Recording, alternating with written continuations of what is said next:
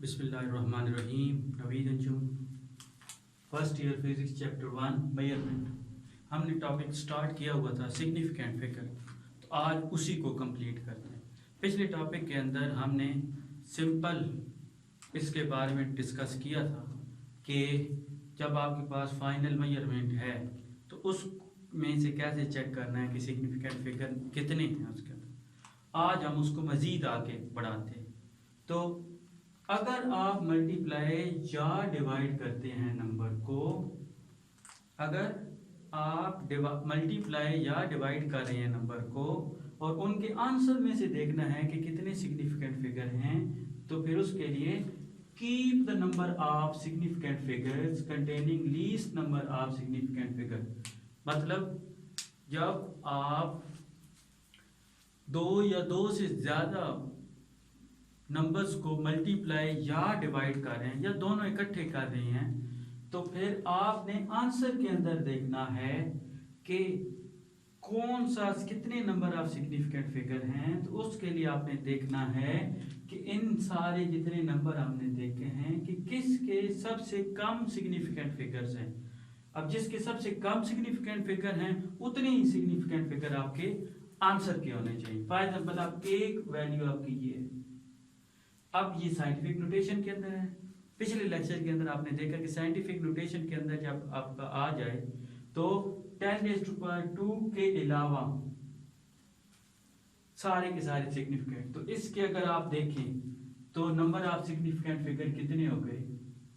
4। अब इसी तरीके से ये भी सिग्निफिकेंट फिगर या साइंटिफिक नोटेशन के अंदर है, तो इसके सिग्निफिकेंट फिगर कितने हो गए? 3।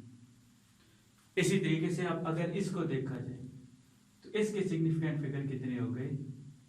4, क्योंकि सारे सिग्निफिकेंट हैं। तो अब अगर देखा कि इसके 4 हैं, इसके 3 हैं, इसके 4 है, तो आपने आंसर कैसे लिखना है कि ऐसा आंसर आना चाहिए जिसके कम सिग्निफिकेंट फिगर। तो आप सब इनमें से तीनों फिगर के सबसे कम है 3, तो आपने क्या करना है कि इसके आंसर के भी 3 सिग्निफिकेंट फिगर होने चाहिए। तो फिर आपने क्या करना है कि बाकी सबको खत्म कर देना है। तो इसका आंसर आएगा 1.45 10⁻3। तो इसका मतलब इसके सिग्निफिकेंट फिगर कैसे आएंगे कि उसके सिग्निफिकेंट फिगर भी उतने होंगे जितने आप जो नंबर मल्टीप्लाई करें उनमें से सबसे कम जिसके हैं। तो सबसे कम थे 3, तो इसके आंसर भी 3। अब यहां पे मसला आ गया कि अगर आपने इसको राउंड ऑफ करना है तो उसके भी तो कोई रूल्स होंगे ना कि राउंड ऑफ करना है तो कैसे करना है। तो चलिए अब हम राउंड ऑफ कैसे करना है उसके रूल्स पढ़ते हैं। तो चलिए राउंड ऑफ, तो rules for round of a number, ठीक है। तो अब क्या कह रहे हैं? अब ये कह रहा है कि पहला rule, if the first digit dropped is less than 5 the last digit remains unchanged. For example, आपके पास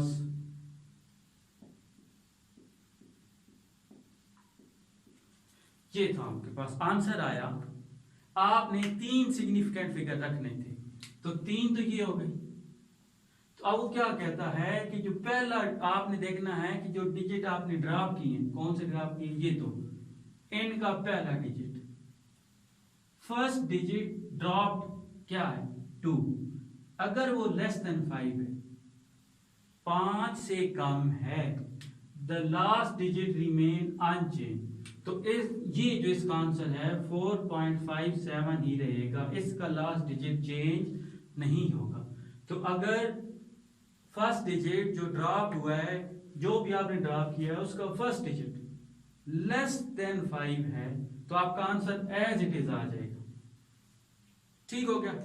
अब उसके बाद कहता है कि if the digit is more than 5, अगर आपका डिजिट 5 से ज्यादा है, then digit to be retained is increased by 1। For example आपके पास आंसर है 5, 7, 9, आपने 3 सिग्निफिकेंट फिगर तक रखना था उसे, तो 3 तो ये हो गए। तो आपने देखना है first digit to be drop, ये ड्रॉप किया हमने, इसका पहला डिजिट 9, 5 से बड़ा है, तो तो आपका आंसर क्या आना चाहिए? इसका आंसर फिर आएगा 4.58।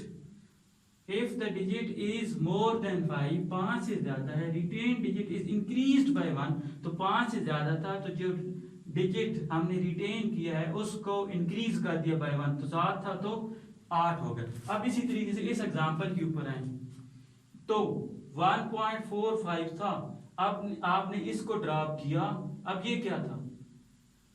First digit to be drop greater than 5 था, तो अब इसका आंसर क्या आएगा? 5 नहीं आएगा बल्कि 1.46। समझ आ रही है?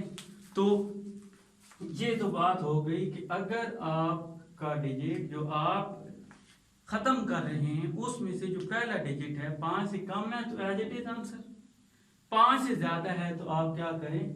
एक उसके अंदर इंक्रीज कर दें। अब रही बात अगर 5 आ जाए तो वो अगला रूल है कि if the digit to be retained is, अच्छा जी, अब the digit to be dropped is 5, अगर आपने ड्रॉप किया उसका पहला डिजिट 5 आ जाता है तो फिर आपने क्या करना है?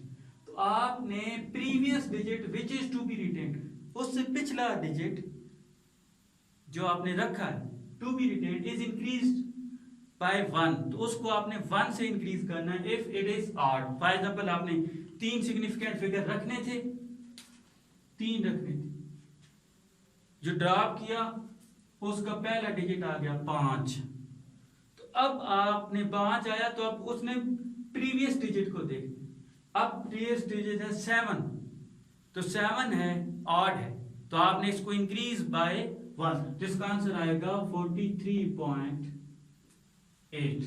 इसका मतलब ये हो गया कि अगर आपका डिजिट है, आपने ड्रॉप करना था, जो ड्रॉप का पहला डिजिट है वो 5 आ गया, आपने पिछले को देखना है कि अगर वो ऑड है तो आपने 1 इंक्रीज कर दिया, 5 ड्रॉप करना था, 5 आया, पिछला देखा 7 था, 8 आपने इंक्रीज कर दिया, तो इसका आंसर 43.8 आ गया।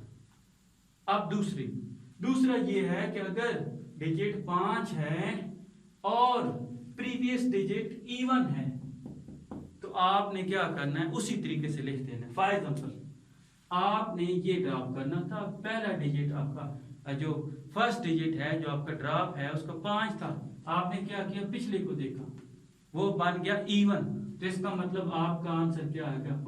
6। आपने इंक्रीज नहीं करना, एज इट इज रखना है।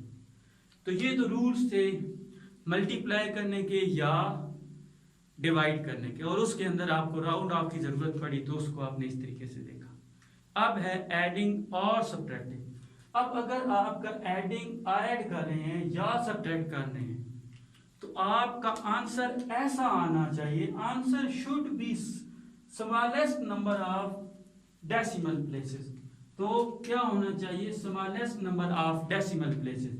अब फॉर एग्जांपल इशारिये के बाद नंबर, अब देखिए कि आप 3 हैं, आप उसको ऐड कर रहे हैं, ठीक है? अब ऐड कर रहे हैं तो आपने ऐड और सब्ट्रैक्ट करते हुए तो आपने देखना है कि नंबर ऑफ डेसिमल प्लेसेस कितनी है। अब इशारिये के बाद इसके कितने हैं? 1 हिस्सा है, तो इसकी डेसिमल प्लेस क्या होगी? 1। अब इसी तरीके से इसके कितने हिस्से हैं? 2, तो इसकी डेसिमल प्लेसेस आ गई 2। इसके इस इशारे के बाद कितने हैं? 3, तो इसकी डेसिमल प्लेसेस आ गए 3। तो जब हम ऐड कर रहे हैं या सब्ट्रैक्ट कर रहे हैं तो आंसर ऐसा आना चाहिए जिसके कम डेसिमल प्लेसेस है। तो सबसे कम डेसिमल प्लेसेस कितने आ गए? 1, तो इसके कितने आ गए? इशारे के बाद आपने भी 1 ही लिखना है। अब इशारे के बाद 1 5, उससे अगला जो आप राउंड ऑफ कर रहे हैं या उसको खत्म कर रहे हैं, पहला हिस्सा 5 से कम है तो एज इट इज, तो इससे आपका आंसर क्या आएगा? 75.5। तो इसका मतलब जब आप ऐड या सब्ट्रैक्ट कर रहे हैं तो आपने इशारे के बाद कितने हिस्से हैं, डेसिमल प्लेसेस कितनी है उसको देखना है, और जिसकी सबसे कम डेसिमल प्लेसेस हैं वो आंसर के अंदर लिखना है। और दूसरा, आपने मल्टीप्लाई और डिवाइड करते वक्त आपने देखना है कि आप जिन रकूम को, जिन हिस्सों को, जिन फिगर्स को मल्टीप्लाई कर रहे हैं उनमें से सबसे कम कितनी सिग्निफिकेंट फिगर हैं, आपका आंसर सबसे कम सिग्निफिकेंट फिगर्स में आना चाहिए। इसी तरीके से ऐड और सब्ट्रैक्ट कर रहे हैं तो आपका आंसर सबसे कम इशारिया, लीस्ट जो डेसिमल प्लेसेस हैं उनके मुताबिक आना चाहिए। तो इंशाल्लाह हाजिर होते हैं जल्द ही, तब तक के लिए अल्लाह।